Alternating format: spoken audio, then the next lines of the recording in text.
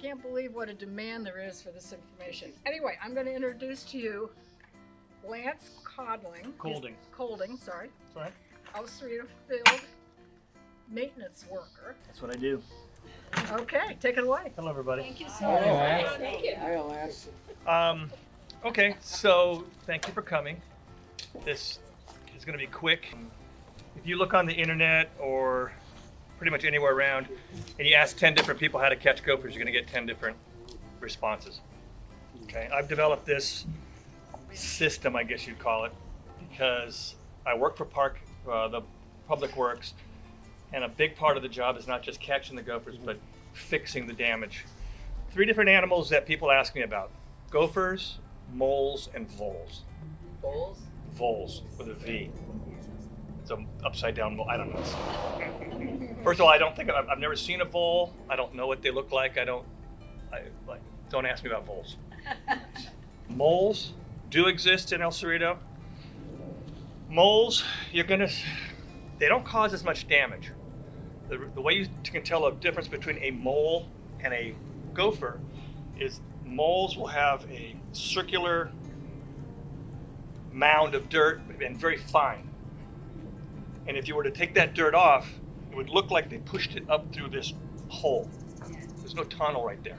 It looks like they're just kind of pushing dirt up through a hole.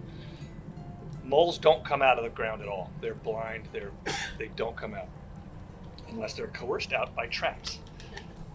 They're meat eaters also. They're not vegetarians like gophers are. So they follow the grubs. In dry years, you're not going to see them because they're following the grubs and the worms, which are going down into the more moist areas of your yard or the parks. Catching moles is a lot harder than catching gophers because moles tunnel all the time. They create new tunnels all the time because they're always hunting for meat.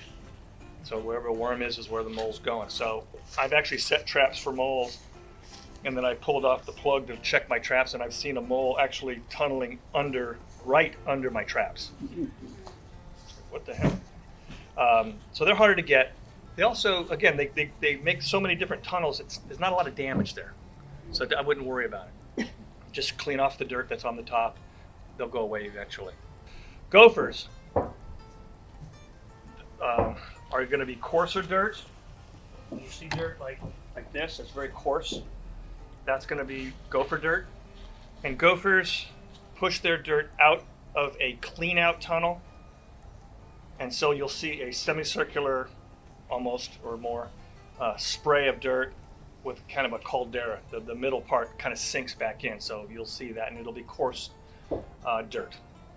So if you see that, it's most likely a gopher. Gophers do like 3 or 4 different things. They run up and down their house back and forth collecting grass and stuff. They clean out their house every day, and they make little baby gophers. That's pretty much what they do. So if the gopher was here, and again, he might be here, he would be filling these back up all the way to the top. Or creating a mound somewhere else. So he's cleaning out his tunnels. So at the end of this whole thing, no matter what you decide to do with your backyards, your front yards, whatever, destroying the tunnel system that is already there, and this is a large lawn, it's been, I'm sure, inundated in the past with gophers. But if you don't take care of those tunnels, another gopher can come in and just take up shop. So at some point, destroying the tunnels is kind of mandatory, at least around your perimeter. 3 different ways you can take care of gophers. One is to just move them out. By moving them out, I mean destroy their tunnels. If I start destroying these tunnels and banging them down and rototilling or whatever I'm going to do, they're going to end up going to your neighbor's yard. So make sure you're in good terms with your neighbors if you do that. You can flood gophers out. No? You can. But not hill gophers and not established tunnels. Like I would never put a hose in this hole right here because I don't know where it's going. Yeah.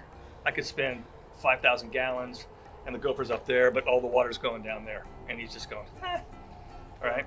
So, and then of course, last and the main way I do it is to trap them.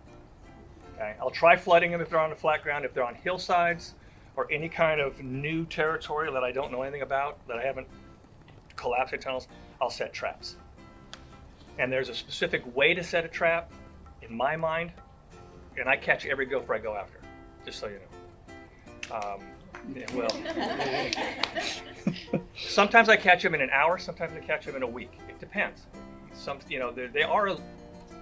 They are elusive. They'll push your traps out sometimes, or they'll throw dirt on them, and you got to kind of find them and figure out where they're going and what they're doing. Then you can catch them. There's hundreds of different kinds of traps, and I've tried a lot of them. The trap I use that I settled on, you can get the traps at Home Depot, Ace. I think they're called the Maccabees. They're the green ones, and they got the pointy hooks that are going in. I don't have any of those. I don't like those, and the reason I don't like them is that I've never caught any gophers in them. But I learned early that gophers have what they call trap sensitivity, and if they're trying to walk through the trap and they feel the sharp point, they'll turn around, or they'll just say, "This, I don't like this. I'm going to push it out of my hole." Okay. The ones I use that I found online a long time ago are made by Trapline. And one of my guys that I work with says they actually sell these at Urban Farmer now, and I don't know. I didn't check it. I'm doing something here I shouldn't be doing. You don't want to touch your traps with your hand, because if I did touch it, which I just did, I'll take actual gopher dirt like this, and I'll just wipe it all over the trap. I'll just take it here, and I'll just get my scent off of it. And this is actual gopher dirt because the gopher pushed it up. Nice thing I like about this one, it's easy to arm. It's easy to get rid of the gopher when it's done with. If you know how to arm them, you can arm them and just, that's armed right now. Okay, as soon as you learn how to do it. And if you look, it's kind of vertical here. All right. You don't need to bait the gopher. If you put the trap in the right spot, the gopher will run right into it, because gophers do what gophers do. He's either going to be running back and forth in his hallway, trying to go from hither to there, and he's just going to run right into the trap, or you're going to set it in his clean out tunnel, and I'll show you how to do that. And he's going to go, "Oh, I got to fill that clean out tunnel," and he'll just run right into the trap, and he's done. Okay. Putting bait down, and some people poison, some people do CO2, some people do gas, some people, there's a bazillion different ways to do it if you want to do it that way. The reason I like doing traps is I know he's dead. Why 2 traps? Because 3 is too many. If you put, it's 1 or 2, but you need to have 2. The best way to catch the gopher is to put the traps in his hallway, not in his clean out. If you put it in his clean out, you're going to use just 1. If you put it in his hallway, you don't know which end of the house he's in. So you're going to ream out both sides, put 1 in each direction. Once you know how the trap works, you're not going to put one in the wrong direction. If I put them facing each other, then I'm not going to catch the gopher, because he's going to be coming in from the backside. And you want to face them away from each other, and then whichever way he comes in, he's cooked. Very rarely is it even a foot under. Rarely. They're vegetarians only, so they need to be there where the roots are. They need to be able to get up, get the grass, bring it back down, pack it in a little storage thing until it's soft like kimchi. I got a little gopher kimchi going back there. Not that far though. You mentioned collapsing tunnels or collapsing. How do you collapse something that you have found? How do you go about collapsing? Well, any number of ways. If it's hard ground like this, it would be hard to do. But in the softer ground, I can take a digging bar or a back end of a shovel, and I just start banging on the ground, and it'll go. I can show you that right over here. I did that over here underneath this tree. You just start banging on it, and all of a sudden your shovel just goes right down. What do you do with the dead gopher? And people will say, "Oh, you put it back down in the hole to dissuade other gophers." And I thought about that for quite a while, because I thought, that's an interesting concept. But if you think about it, where do you think gophers have been living and dying for the last 1,000,000 years? Underground. They see a dead gopher underground, they just bury Uncle Joe in a tunnel over there, and then they keep going. It doesn't dissuade anybody.